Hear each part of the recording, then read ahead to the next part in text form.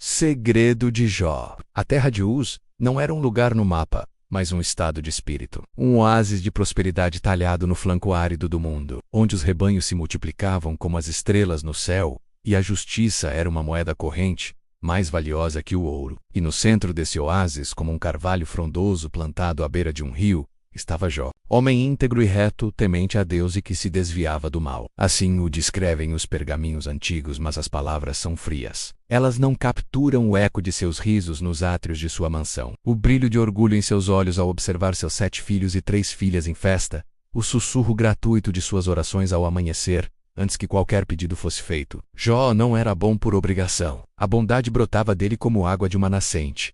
Sua fé não era uma transação, era o ar que ele respirava. O que ele não sabia era que sua vida era o palco principal de um drama cósmico, e que a plateia nos céus estava prestes a testemunhar o primeiro ato de uma tragédia. No reino onde o tempo não se arrasta e a luz é um fato, não um fenômeno, realizava-se o conselho dos filhos de Deus. Eles compareciam perante o Eterno. E entre eles, naquele dia fatídico, veio também um ser cujo nome significa acusador, Satanás. A conversa, como sempre, voltou-se para a terra, e o dedo de Deus apontou suavemente para os... Notaste o meu servo Jó? Perguntou o Eterno. E não havia orgulho na voz, mas uma verdade simples como um pai que comenta sobre uma pedra preciosa perfeitamente formada, que na terra não há outro como ele, homem íntegro e reto, temente a Deus e que se desvia do mal. O acusador sorriu, um sorriso que não chegava aos olhos, que eram como brasas sob cinzas. Porventura Jó teme a Deus debalde? Replicou, sua voz um sibilo lógico e venenoso. Não o cercaste com sebe de proteção, não abençoaste a obra de suas mãos? Estende a tua mão, toca-lhe em tudo quanto tem, e ele te blasfemará na tua face. O ar no céu pareceu parar. A proposta era monstruosa. Era a anatomia da fé posta em dúvida. Deus não se moveu, mas sua permissão ecoou como um trovão silencioso. Eis que tudo o que ele tem está no teu poder. Somente contra ele não estendas a tua mão. E... o jogo começou. O sofrimento de Jó não seria um castigo. Seria um teste, uma prova para responder a uma pergunta que só fazia sentido num reino onde a dúvida podia existir. O amor de um homem por seu Deus é incondicional. O dia em que o mundo de Jó desmoronou foi um estudo em caos coreografado. Amencediero, o rosto manchado de poeira e terror, chegou correndo. Os sabeus, gritou, ofegante, levaram os bois e as jumentas, e passaram os servos ao fio da espada. Só eu escapei para trazer-te a notícia. Antes que Jó pudesse processar a perda, um segundo mensageiro surgiu, sua respiração um apito de pânico. Fogo de Deus caiu do céu, gemeu, queimou as ovelhas e os servos e os consumiu. Só eu escapei para trazer-te a notícia. A sequência era implacável. Um terceiro homem, cambaleando, trouxe a terceira catástrofe. Os caldeus, disse com a voz rouca, formaram 3 bandos, acometeram os camelos e os levaram, e passaram os servos ao fio da espada. Só eu escapei para trazer-te a notícia. 3 golpes, 3 mensageiros, um padrão sinistro. Jó ainda estava de pé, sua mente lutando para encontrar um ponto de apoio na realidade que se desfazia. Quando o 4º mensageiro chegou, este não gritava. Sua voz era um fio de desespero, o som de uma alma já partida. Teus filhos e tuas filhas, sussurrou. Estavam comendo e bebendo vinho na casa do irmão mais velho. Eis que um grande vento sobreveio do deserto, deu contra os 4 cantos da casa, que caiu sobre os mancebos, e morreram. Só eu escapei para trazer-te a notícia. O silêncio que se seguiu foi mais ensurdecedor que todos os anúncios de morte. Os servos esperavam um grito, uma maldição, o desabamento do homem. Em vez disso, Jó se levantou, rasgou seu manto, um ato ritual de luto profundo, rapou a cabeça, e então caiu com o rosto em terra, e adorou. No saí do ventre da minha mãe, disse, sua voz tremendo, mas clara, e no tornarei para lá.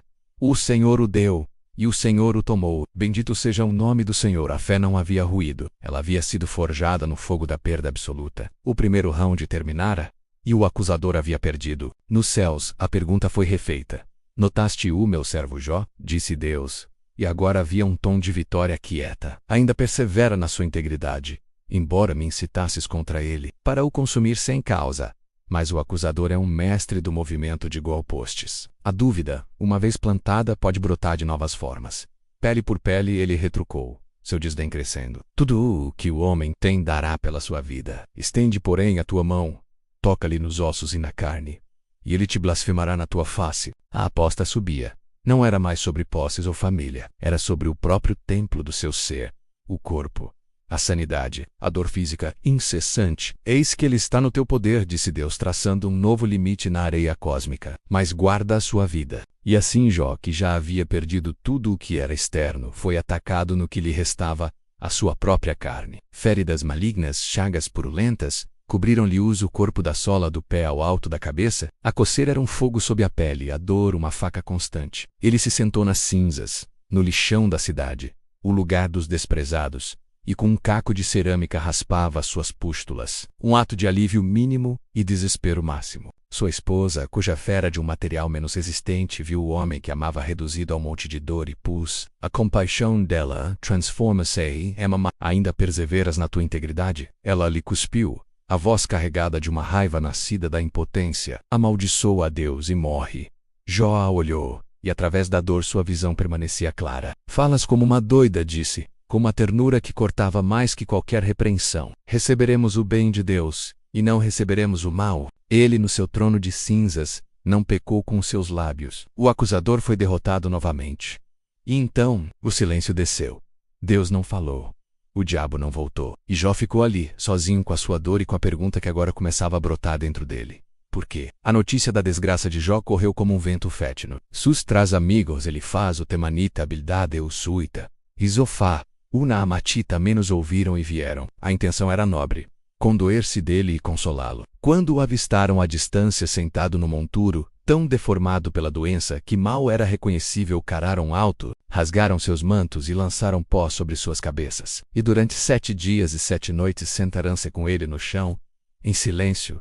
Era um consolo não dito, um luto compartilhado. Foi o maior ato de amizade que fariam. No 8º dia, a dor de Jó rompeu o dique do silêncio. Ele amaldiçoou o próprio dia do seu nascimento. Pereça o dia em que nasci. Gritou para o céu vazio. Por que não morri eu desde a madre? Não era uma blasfêmia contra Deus, era o lamento de uma alma esmagada. Era a pergunta que ecoava no vazio. Por que o íntegro sofre? O lamento de Jó foi a chave que abriu a porta para o erro. Elifaz, o mais velho e filosófico dos amigos, falou primeiro. Sua voz era suave e paternal, mas suas palavras eram de aço. Lembra-me. Qual o inocente que jamais pereceu? Questionou. Ele contou um sonho, uma visão assustadora que sugeria que nenhum homem é puro perante Deus. A lógica era simples, brutal e para ele irrefutável. Deus é justo. O sofrimento é um castigo. Logo, Jó, você deve ter pecado. Confesse. Arrependa-se e serás restaurado. Era a teologia do balcão, da causa e efeito. Era reconfortante em seu determinismo. Mas era uma mentira quando aplicada a Jó. Jó respondeu com a fúria do injustamente acusado. Sua dor não era mais apenas física. Agora era a dor da incompreensão, da solidão moral. Aos que me são amigos, deveria ter piedade, desabafou. Mas os meus amigos me traíram como uma torrente que seca no deserto. Quando mais se precisa de água. Ele não negou a soberania de Deus. Ele apelou a ela. Se eu soubesse onde encontrá-lo, clame, eu apresentaria a minha causa perante ele, encheria a minha boca de argumentos. Ele queria um mediador, um juiz, qualquer coisa que não este silêncio ensurdecedor. Bildade entrou na discussão, ofendido pela defesa apaixonada de Jó. Sua abordagem era mais tradicional, baseada na sabedoria dos antigos. Deus não rejeita o homem íntegro, afirmou, martelando a mesma tecla. Se os teus filhos pecaram, ele os entregou ao poder das suas transgressões. A solução era a mesma. Busca a Deus, suplica. A culpa, implícita ou explicitamente, era sempre de Jó. Zofar, o mais dogmático e irado dos três, foi o mais cruel.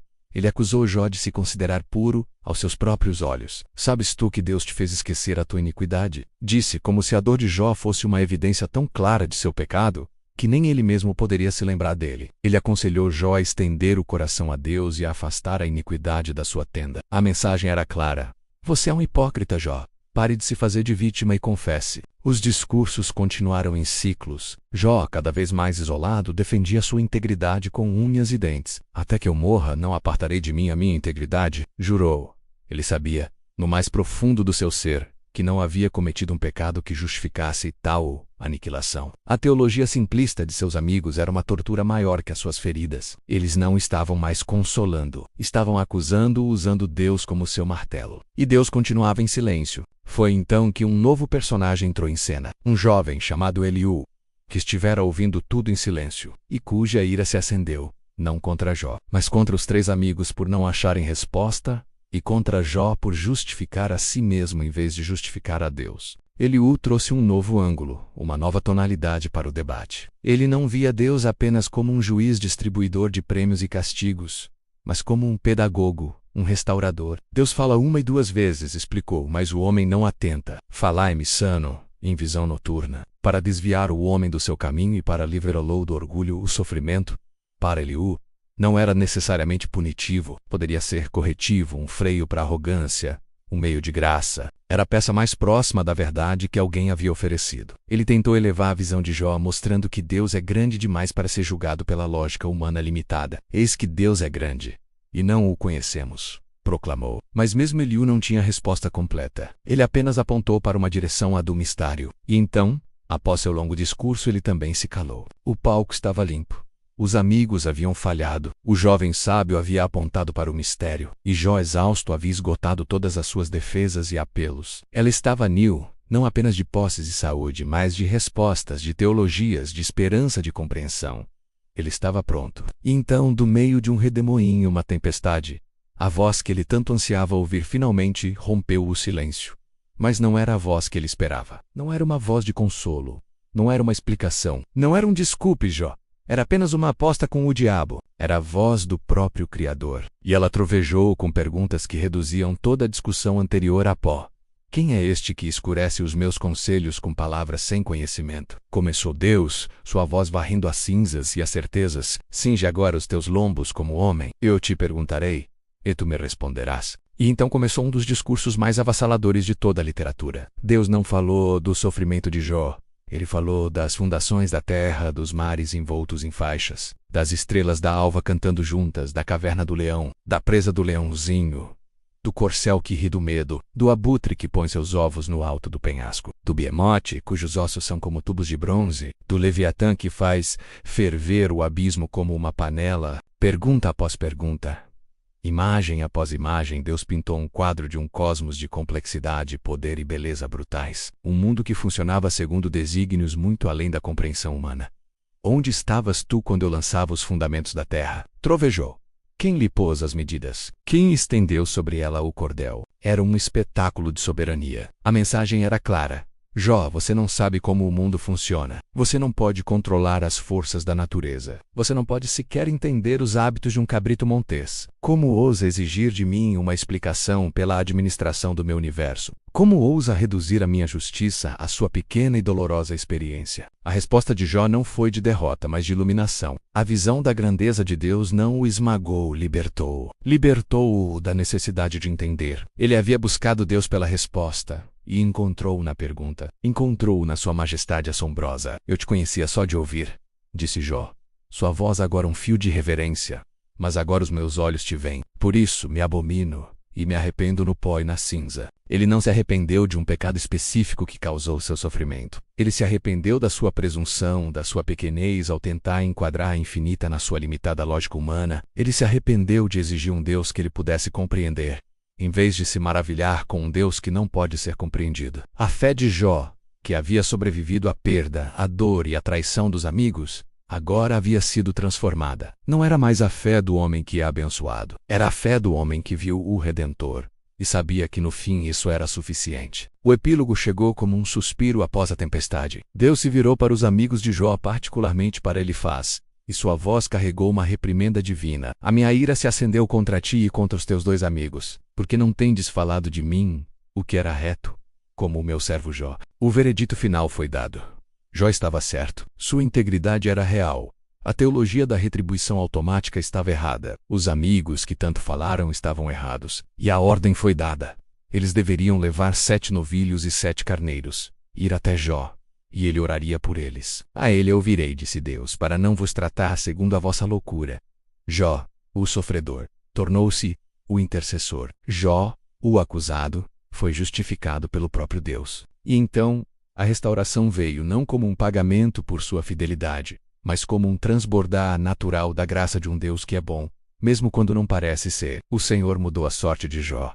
E lhe deu em dobro tudo o que tinha antes. Veio a ele todos os seus irmãos e irmãs e o consolaram. E lhe deram cada um uma peça de dinheiro, e um pendente de ouro. Jó teve 14.000 ovelhas, 6.000 camelos, 1.000 juntas de bois e 1.000 jumentas.